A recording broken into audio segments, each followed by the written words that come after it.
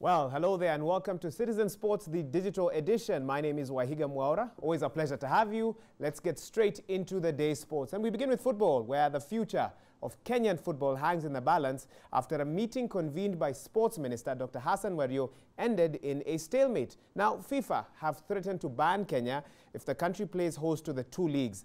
The Football Kenya Federation League kicked off last weekend with Shabana edging out Nakumatt 1-0. The Kenyan Premier League is set to kick off this coming weekend. This is why Dr. Wario convened the meeting on Monday at 3 p.m. But after 2 hours, no solution had been reached. The warring parties have been given until Wednesday to find a local solution, or the minister will take over. It was not our meeting, it was the minister's meeting, so get it from the ministry. Yeah. The minister called the meeting, get it from him. It's better that way. We've been told that you're supposed to meet on Wednesday. I don't know. To resolve the issue. No, I don't know. Is that true? What was told you? No.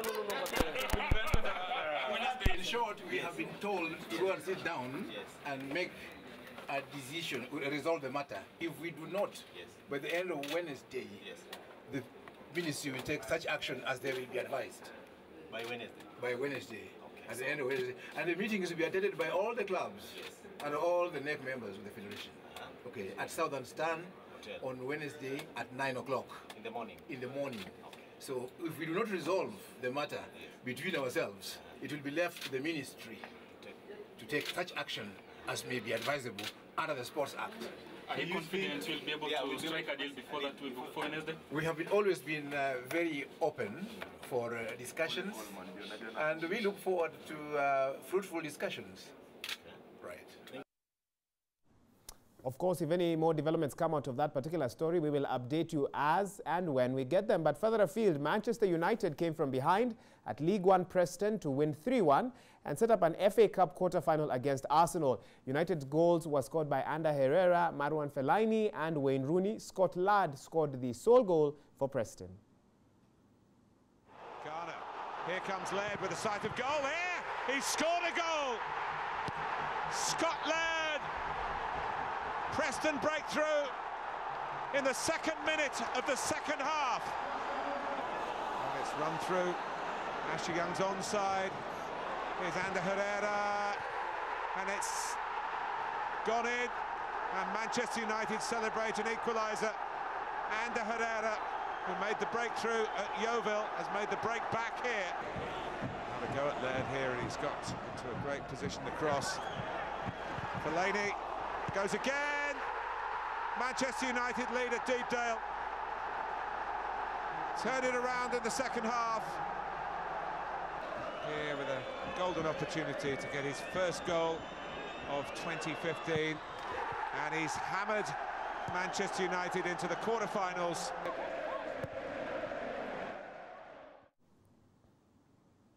Now, Jose Mourinho said on Monday that Paris Saint-Germain would see a different Chelsea to the one they faced in last season's Champions League. The sides will meet later today. Chelsea progressed to the competition semi-finals on away goals at the expense of PSG in the quarter-finals last season. But Mourinho said his side now has a different identity. Chelsea have added to their squad since they last played in Paris, says Fabregas. Diego Costa, Didier Drogba and Loic Remy joining in the summer, with Juan Cuadrado added in the January transfer window. Chelsea are 7 points ahead of defending champions Manchester City in the Premier League, but Mourinho insists that the margin was not insurmountable.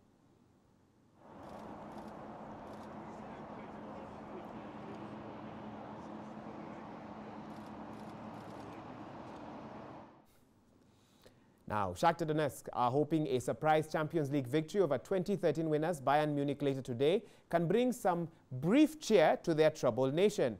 Bundesliga leaders Bayern, however, are in top form, having thumped Hamburg SV 8-0 on Saturday. And coach Pep Guardiola has no injury woes among his squad for the first leg of their last 16 encounter. Meanwhile, the Ukrainian champions, that is Shakhtar, have been forced to play their home games in Lviv, that is more than 1,000 kilometers from Donetsk, since July because of the conflict that their nation is currently going through. The second leg in Germany will be played on the 11th of March.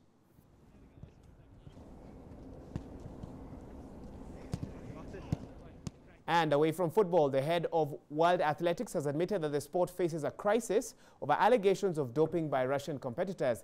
The president of the International Association of Athletics Federation, that is IAAF, admitted this to the BBC in an interview.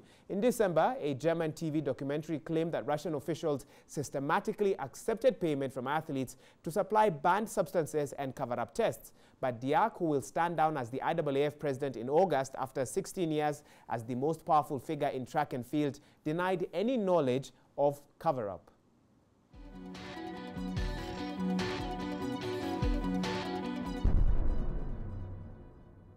So, Mr. President. Now, Russian Sports Minister Vitaly Mutko yesterday said his organizing committee faces no major issues during preparation for hosting the World Cup in 2018 in St. Petersburg and 10 other Russian cities. The news conference followed a meeting of the Russia 2018 Organizational Committee Council in St. Petersburg. In 2017, the FIFA Confederations Cup final will be hosted by Moscow FC's Spartak Stadium.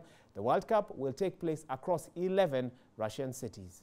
She was the last, I thought she was the first, she was the last, I thought she was the first, she was the last, I thought, and now she knows her time has faded. She was the first, she was the last. She was the first, she was the last.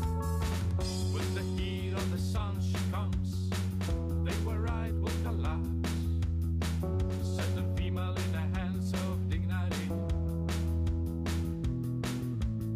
She was the first, she was the last. I thought she was the first, she was the last. Well, that's it from the Sports Desk. My name is Wahiga Mwaura. Always a pleasure having you here on Citizen TV. And of course, if you want more news, business, politics, and sports, then click here to subscribe.